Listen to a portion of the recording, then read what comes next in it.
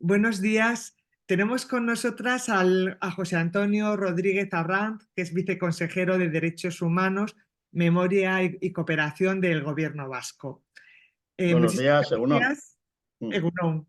Egunon. Muchísimas gracias por participar en esta entrevista y nos gustaría empezar preguntando, cuando asumiste el cargo como viceconsejero, de Derechos Humanos, Memoria y Cooperación, ¿cuáles eran los retos en el ámbito de los derechos humanos que se planteaban a nivel de Euskadi y en el plano internacional?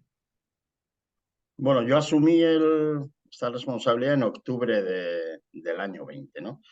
Y un poco el tema de derechos humanos en el País Vasco es siempre diría que es un tema de plena actualidad, un tema delicado y por razones obvias, ¿no?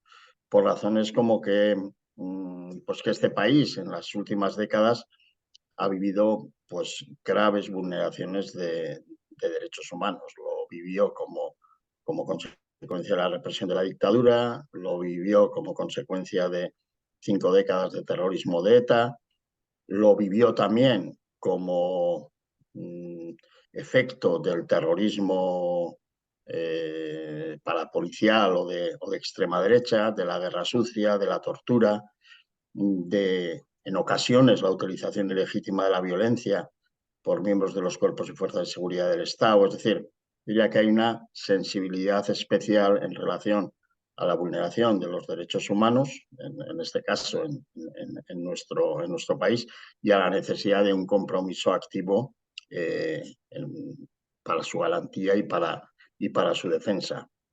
Diría que eso nos ha llevado un poco a considerar los derechos humanos como el pilar a partir del cual tratar de construir pues tanto elementos como el propio modelo de convivencia o elementos como la construcción social de la memoria, ¿no? A partir, ¿no?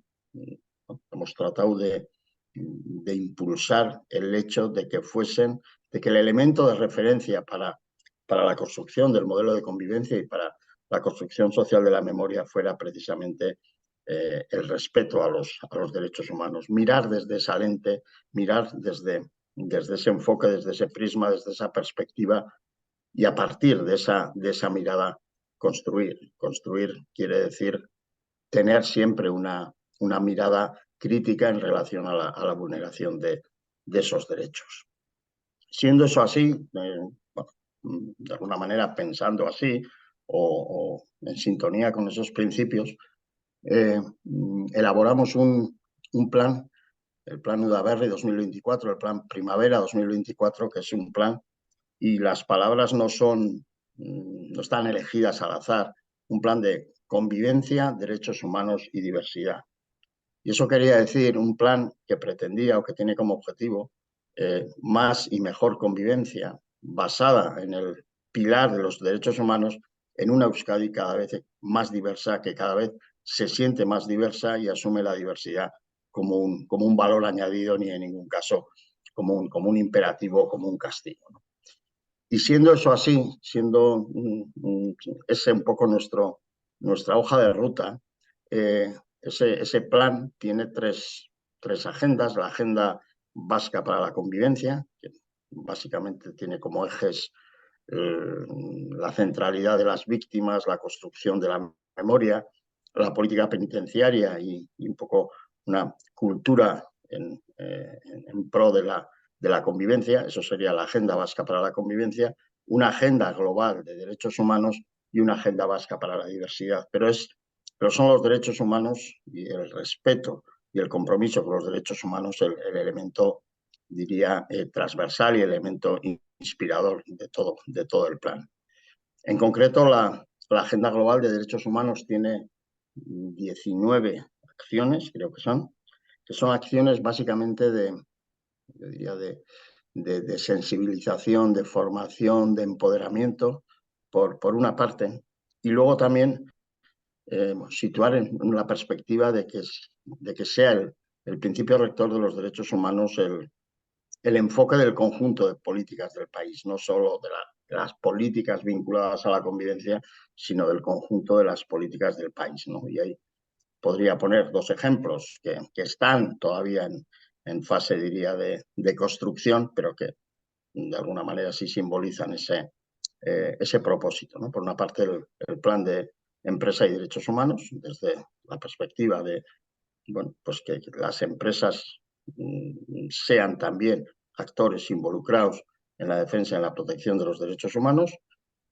por exigencia, pero también por convicción. También por convicción desde la perspectiva de que una empresa de alguna manera respetuosa con los derechos humanos va a ser además no solo una empresa éticamente responsable, sino también una empresa más sostenible. Entonces, está el plan de empresa de derechos humanos y está también todavía digamos, en ciernes, pero sí como propósito en el que se han dado algunos pasos, bueno, la redacción de un informe cada 2 años que de alguna manera sea un espejo de la situación de los derechos humanos en el país. Esa sería un poco, bueno, pues cuáles son, no ya los retos de futuro, que podemos hablar luego, pero desde el momento que asumimos la responsabilidad, que este equipo asume la responsabilidad, cómo lo enfocamos y qué hoja de ruta nos proponemos transitar. Y bueno, el Premio de Derechos Humanos René Cassin este año ha cumplido 20 años, en el 2023. Y en todos estos 20 años, ¿cuáles son los principales cambios que habéis visto en el plano internacional o en Euskadi? Que supongo que habrán sido muchos, porque 20 años son muchos y Euskadi hace 20 años no es lo que es ahora. Has comentado algunos de ellos, ¿no? Pero por las personas y las instituciones premiadas, ¿cuáles han sido los asuntos que han ocupado un lugar central? Yo diría que el premio responde a esa filosofía de la que hablaba, aunque tiene 20 años y no 3 como nosotros en la responsabilidad, ¿no? Es decir, el premio persigue reconocer, pues, digamos, labores, a reconocer a organizaciones, a reconocer a personas que han desarrollado tareas o iniciativas de excelencia en el ámbito de la defensa y la promoción de los derechos humanos. Y significa también, ese reconocimiento es a la vez diría que una muy buen enganche para la sensibilización que en definitiva, una sensibilización que lo que persigue es compromiso para la acción, ¿no? Entonces, yo suelo decir que los premiados son los que nos premian a nosotros, no al gobierno en sí, sino que son los premiados, y poner en valor la labor de los premiados lo que nos permite, de alguna manera, reforzar la labor de sensibilización. Y sí creo que hay una cierta evolución en las entidades y en las personas premiadas. Luego lo vincularé más a los retos de futuro, pero en los primeros años han sido entidades y personas premiadas, yo diría que básicamente vinculados a procesos de paz y a víctimas y al reconocimiento de víctimas, y que en los últimos años ha habido un desplazamiento hacia también otra naturaleza, otra tipología de premiados, pues que tienen que ver con emigración y asilo, que tienen que ver con colectivos LGTBI en zonas de especial represión, que tiene que ver con activismo antitotalitario, que tiene que ver con minorías culturales, que tiene que ver este año con la pena de muerte. Es decir, creo que desde el momento en que los riesgos y las amenazas para los derechos humanos se está ampliando el elenco de riesgos y amenazas, pues creo que los premios de alguna manera también reproducen o simbolizan esa lucha por su defensa en ámbitos cada vez más diversificados. Claro, entonces, en esos ámbitos tan diversificados, ¿cuál es la mirada de futuro cuáles son los retos que que están pendientes para el cumplimiento de los derechos humanos desde tu perspectiva? Sí, yo diría que cada vez son más los riesgos y las amenazas de involución.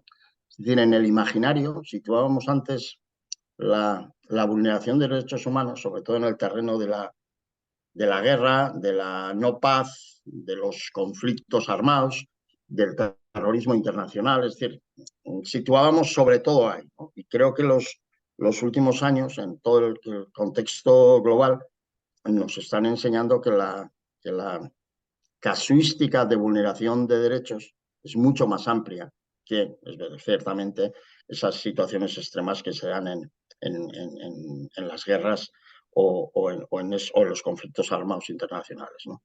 Es decir, hoy el abanico miramos mucho más también y entendiendo como una vulneración de derechos los desplazamientos forzados, la dialéctica libertad-seguridad, los riesgos de vulneración de derechos vinculados al desarrollo tecnológico, a la inteligencia artificial, los populismos de signos diferentes, los fundamentalismos de signos diferentes, el cambio climático. Es decir, creo que por una parte el reto es asumir e interiorizar que, que vulneración de derechos no es solo guerra o ausencia de paz, sino que todo este conjunto de dinámicas son unas dinámicas también que pueden poner en riesgo y pueden suponer una amenaza para los derechos humanos, ¿no?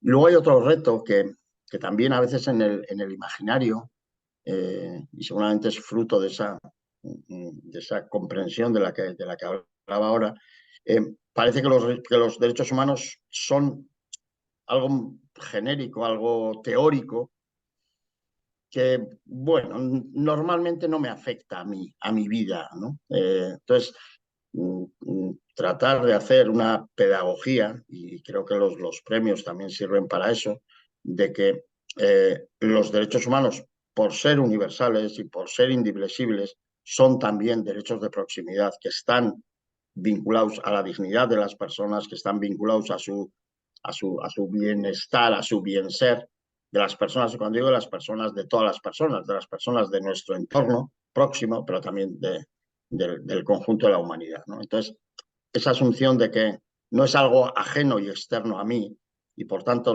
su defensa y promoción también me interpela a mí y también me exige mi compromiso.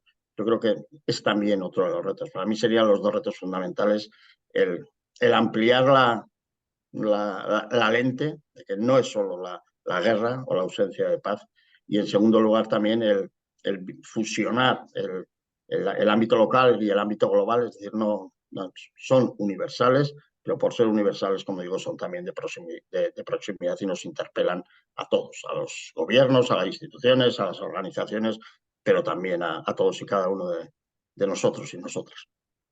Sí, porque precisamente lo que hace el premio René Cassin de Derechos Humanos es poner rostro a organizaciones, a personas que apuestan por la defensa de los derechos humanos, ¿no? Y permite aterrizarlo en acciones concretas, ¿no? Y por eso yo casi cerraría la entrevista diciendo lo que comentas, de que nos interpela a todos y a todas, ¿no? Que no es algo abstracto, que los derechos humanos se pelean en el día a día y en cuestiones que son muy cercanas a todas las personas. Esa sería, yo creo que por eso el lema que había elegido este año, que ha elegido este año Naciones Unidas en relación al 75 aniversario de la Declaración Universal de Derechos Humanos, creo que es un lema muy acertado desde esa perspectiva. Es decir, yo me comprometo, es decir, y ese yo tiene que ser un yo personal, un yo institucional y un yo local y global. Pues muchísimas gracias, José Antonio, por esta entrevista. Pues nada, seguimos. Y gracias a vosotras, a ti también en especial, Manuela, por todo el trabajo que haces. Es que